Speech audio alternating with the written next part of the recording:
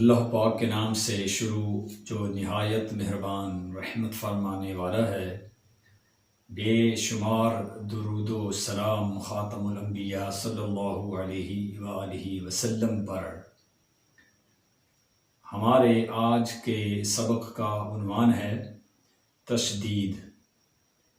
اس سے پہلے کہ ہم آج کا سبق شروع کریں، آپ سے گزارش ہے کہ اگر آپ ہمارے اس چینل پر نئے ہیں تو ہمارے اس چینل کو سبسکرائب کر لیجئے۔ مجھے امید ہے کہ انشاءاللہ اگر آپ ریگولر ہماری کلاسوں کو اٹینڈ کرتے رہیں گے، ہماری ویڈیوز کو دیکھتے رہیں گے، تو چند ہی ویڈیوز کے بعد آپ کو یہ محسوس ہوگا کہ آپ نے بہت سا تجوید کا سبق سیکھ لیا ہے، اور انشاءاللہ العزیز یہ تمام باتیں زندگی بھر آپ کے کام آئیں گی۔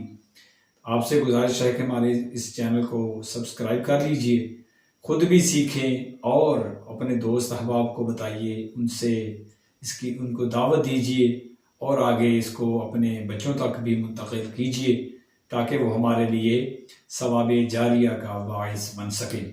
تو شروع کرتے ہیں ہمارے آج کی کلاس۔ تو آج کا ہمارا ٹاپک ہے تشدید۔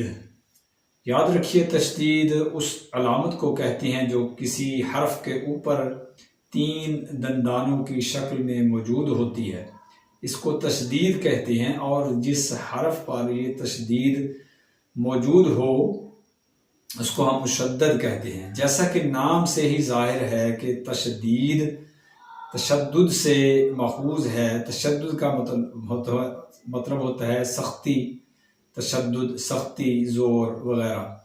تو اس مشدد حرف کو جب بھی ادا کیا جاتا ہے تو ذرا ٹھہر کر تشدید کے ساتھ، سختی کے ساتھ ادا کیا جاتا ہے۔ مشدد حرف 2 مرتبہ پڑھا جاتا ہے، ایک مرتبہ اپنے سے پہلے جو متحرک حرف ہوتا ہے اس سے ملا کر پڑھا جاتا ہے، اور دوسری مرتبہ یہ خود پڑھا جاتا ہے۔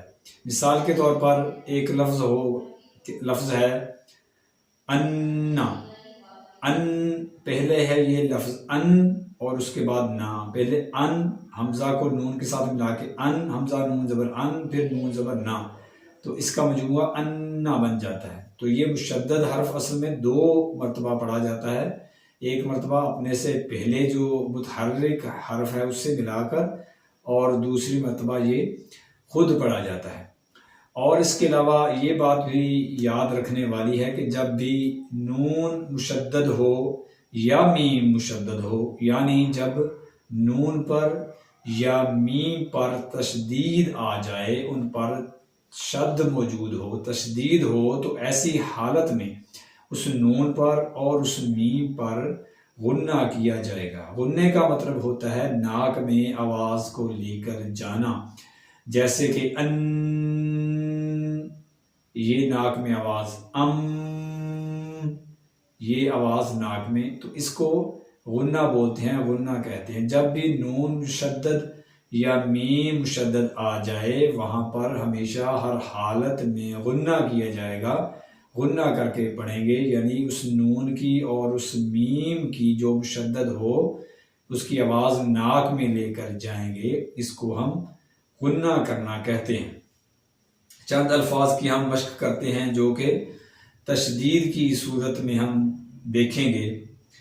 پہلا لفظ ہے ربی، ربی، یہ 2 مرتبہ رب اور پھر ہے بی، تو یہ بن جاتا ہے ربی۔ سختی کے ساتھ ذرا ٹھہر کر تشدید کو ادا کیا جاتا ہے۔ اس کے بعد ہے ربی ہی، ربی ہی، کلو، کلو، ایامن، ایامن، حمزہ کو یا کے ساتھ ملا کر پھر یا، الف زبر یا، ایامن، ایامن، تجلی۔ اگر اس کے ہم جوڑ یا ہجے کرنا سیکھنا چاہتے ہیں تو اس طرح کریں گے، تا زبر تا، جیم لام زبر جل، تجل، لام کھڑا زبر لا، تو یہ بن جائے گا تجلا، لام کو لمبا کریں گے، اس پر کھڑا زبر ہے، تجلا، تصدا، تصدا، تا زبر تا، صاد دا زبر صد، تصد، دال کھڑا زبر دا، تو یہ بن جائے گا تصدا۔ اور ایک بات جو آپ کو میں نے پہلے بتائی کہ نون مشدد اور میم مشدد پر ہر حالت میں غنہ ہوگا، غنہ ناک میں آواز کو لے کر جانے کو کہتے ہیں۔ اس کی مثال دیکھیں، نون مشدد کی پہلی مثال ہم دیکھتے ہیں، ان، یہ نون کی آواز ناک میں جائے گی تو غنہ بن جائے گا ان، انی، انی، منا، منا، یہ ہے نون مشدد کی مشق۔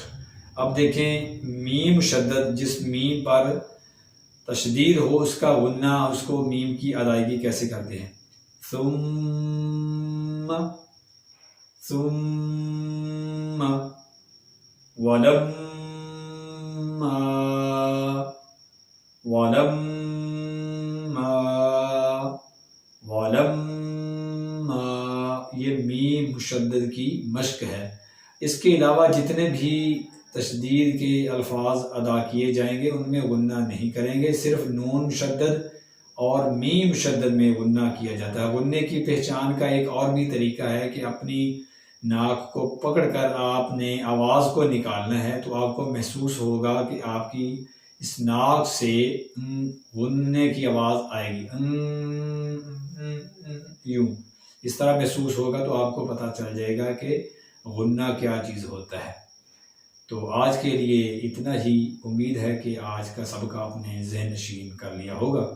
اللہ پاک سے دعا ہے کہ جو ہم نے سیکھا سنا پڑھا اس پر عمل کرنے، اس کو یاد رکھنے کی اور دوسروں تک پہنچانے کی توفیق عطا فرمائے، آمین، بجاہ خاتم النبی الامین صلی اللہ علیہ وآلہ